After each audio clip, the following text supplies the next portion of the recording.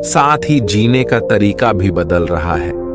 आज कई लोग ऐसे हैं जो या तो किसी मजबूरी में जैसे नौकरी इत्यादि के कारण अकेले रहते हैं, तो कुछ लोग ऐसे भी हैं जो बिना किसी मजबूरी के अपनी मर्जी से अकेला रहना पसंद करते हैं, अपने काम को सच्ची लगन से अकेले ही करते हैं। जो लोग अपनी मर्जी से अकेले रहते हैं उनमें तो आपको परिवारत है, बहुत कुछ बुनियादी गुण होते हैं।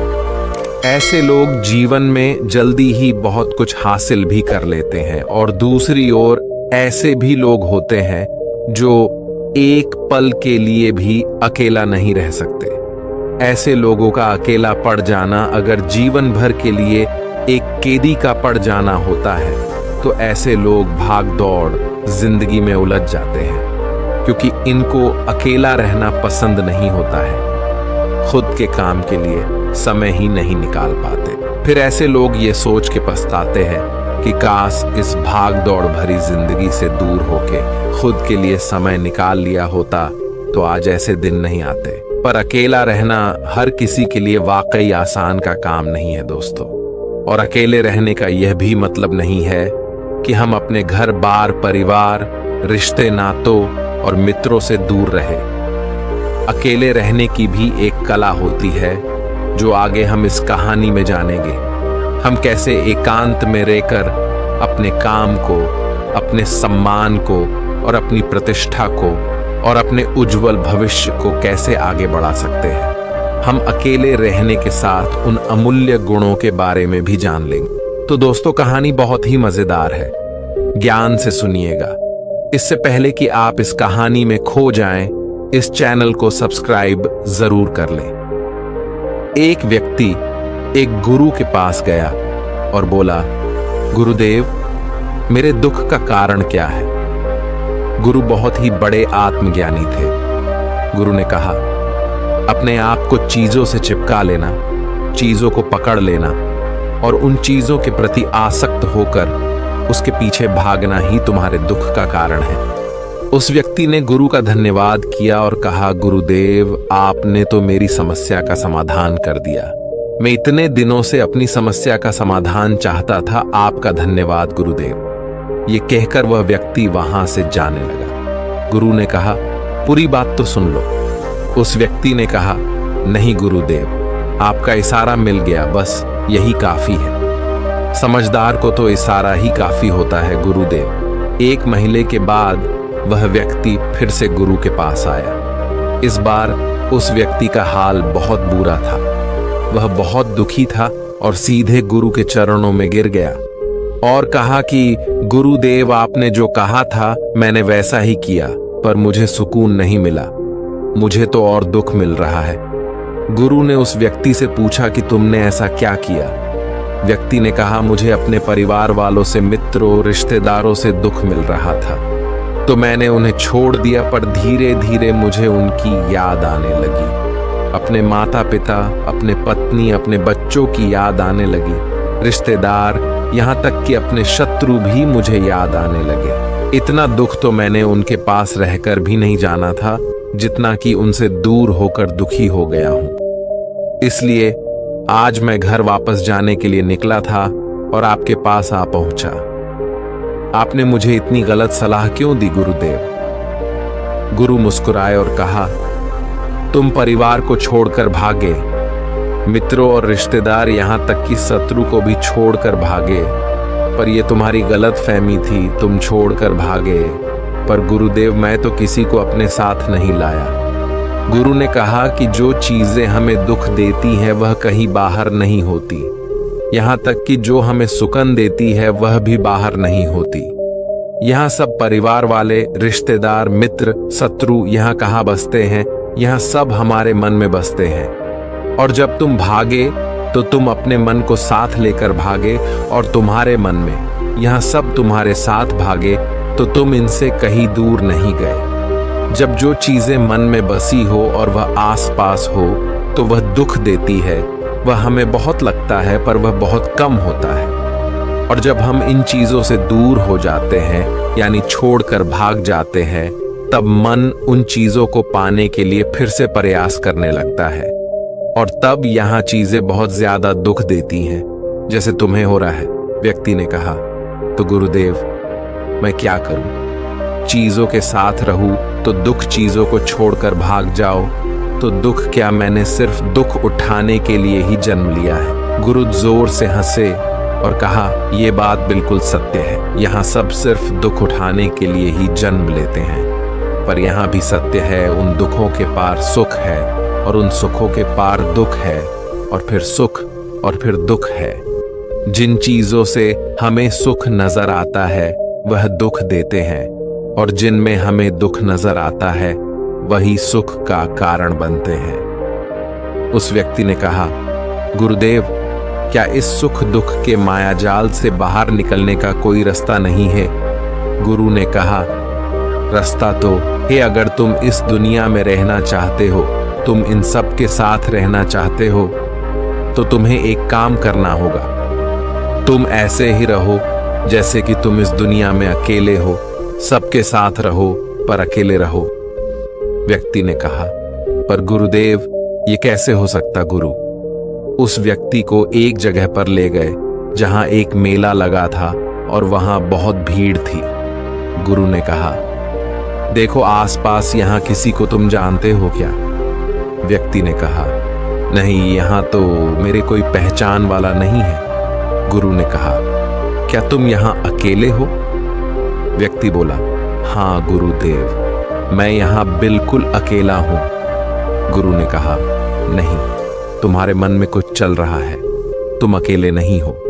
व्यक्ति ने कहा, मैं जल्द से जल्द अपने घर जाना चाहता हूं, अपनी पत्नी और अपने बच्चों से और अपने माता पिता से मिलना चाहता हूं, अपने मित्रों से मिलना चाहता हूं, वही मेरे मन में चल रहा है। गुरु ने कहा, अब यह सब भूल कर आंखें बंद कर लो और अपना ध्यान यहां होने वाली आवाजों पर लगा दो। और जैसे ही उसने अपनी आंखें बंद की और सारा ध्यान वहां हो रही आवाजों पर लगा दिया, तो उसे एक अकेलापन यानी एकांत में होने का महसूस हुआ। उसे किसी आवाज का कोई महत्व नहीं था, बस आवाज थी और वह था। उसने अपनी आंखें खोली और कहा कि गुरुदेव, यहां तो मैं बिल्कुल अकेला हूं, सब है पर कुछ नहीं है। गुरुए ने कहा, बस इसी तरह अकेला होना है।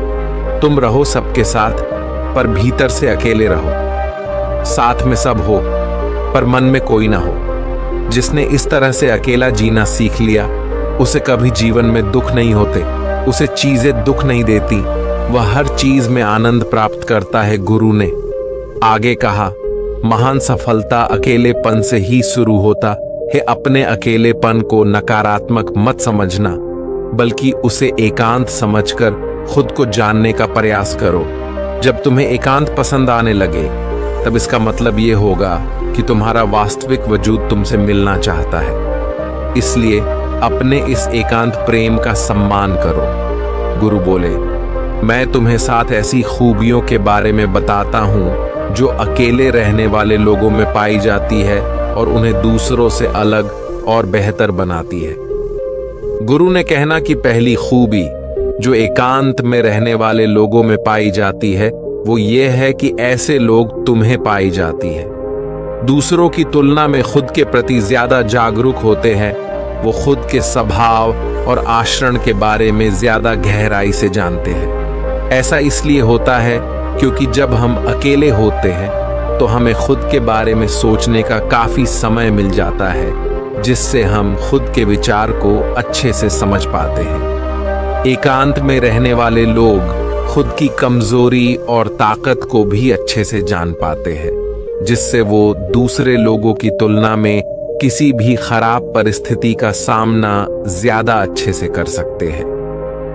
अकेले रहने वाले लोगों की दूसरी खूबी ये है कि ये लोग सकारात्मक सोच वाले होते हैं। देखो, जब बहुत से लोग हमारे साथ होते हैं तो वहां एक दूसरे से तुलना, जलन, घमंड, लालच जैसे कोई विचार अपने आप ही मन में आने लगते हैं, और फिर इंसान इन विचारों के बारे में आकर उल्टे सीधे काम करने लगता है।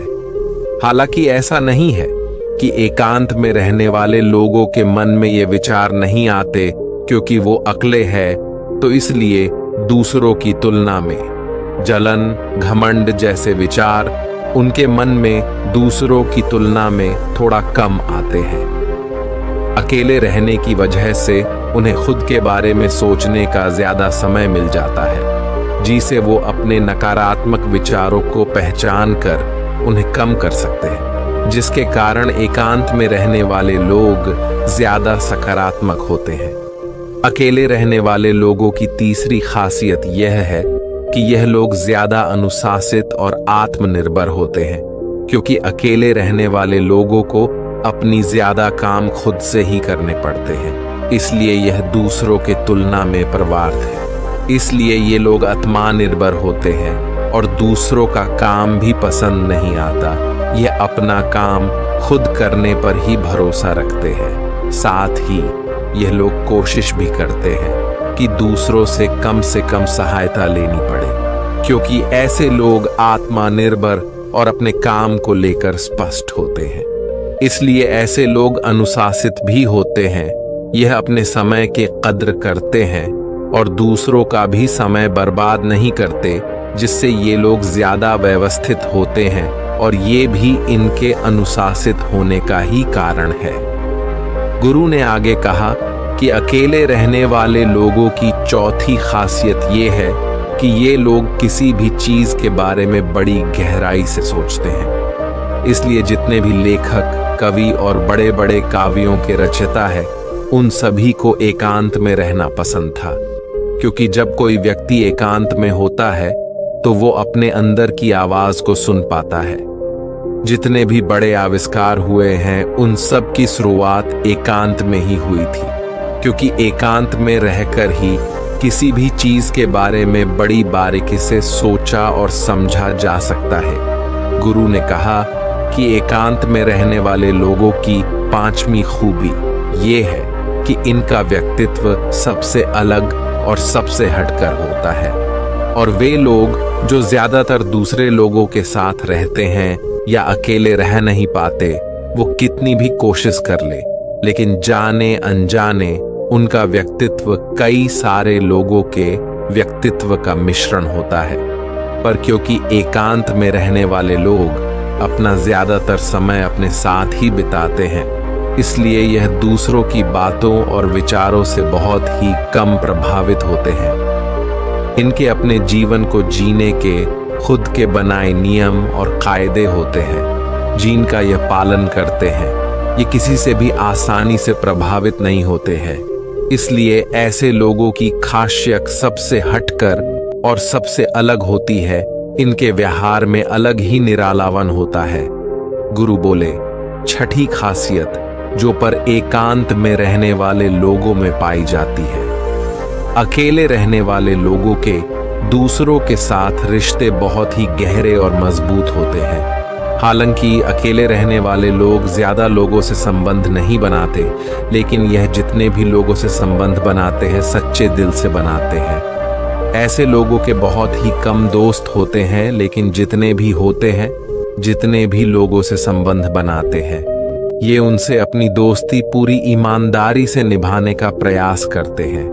अक्सर लोगों को यह लगता है कि एकांत में रहने वाले लोग बहुत ही कम बात करते हैं, लेकिन उनसे पूछिए जिनसे ये दिल से जुड़े होते हैं उनसे कितनी बातें करते हैं। जैसे लोग इन्हें अपना मान लेते हैं और वह इनके सामने अपने पूरे दिल की बात रख देते हैं। अकेले रहने वाले लोग बहुत ही कम लोगों के साथ संबंध तो रखते हैं, लेकिन जरूरत पड़ने पर वह अपनी तरफ से पूरी मदद करने के लिए भी तैयार रहते हैं। इसलिए इनके रिश्ते बहुत कम लोग से होते हैं, लेकिन जिनके भी साथ होते हैं बहुत मजबूत होते हैं। अगली खासियत, अकेले रहने वाले लोग मानसिक तौर पर और भावनात्मक रूप से बहुत मजबूत होते हैं, क्योंकि उन्हें पता होता है कि अगर आज कोई समस्या उनके ऊपर आती है तो उन्हें अकेले ही उस समस्या से निपटना पड़ेगा।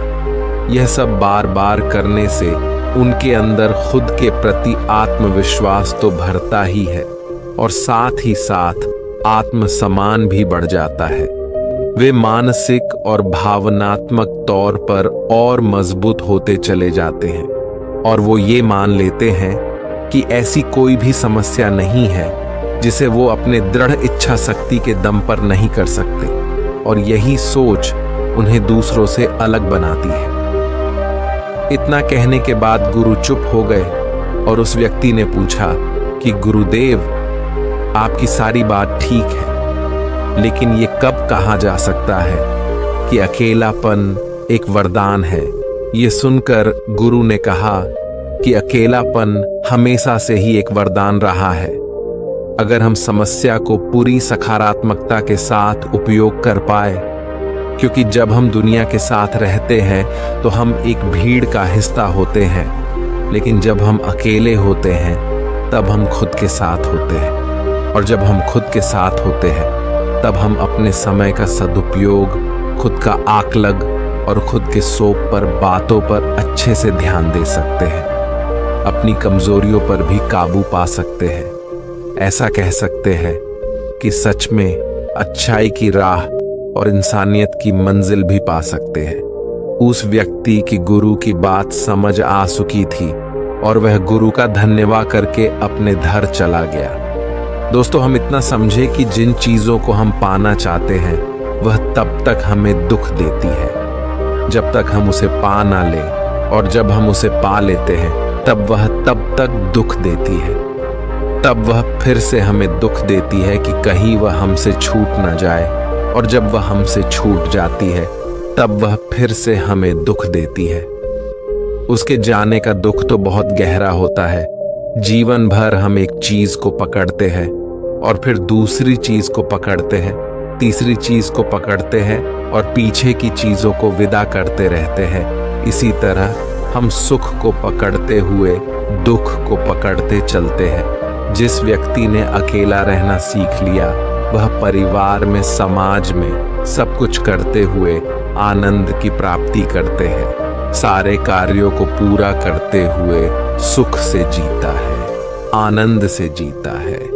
तो दोस्तों, आपको कहानी कैसी लगी? कमेंट सेक्शन में हमें जरूर बताएं।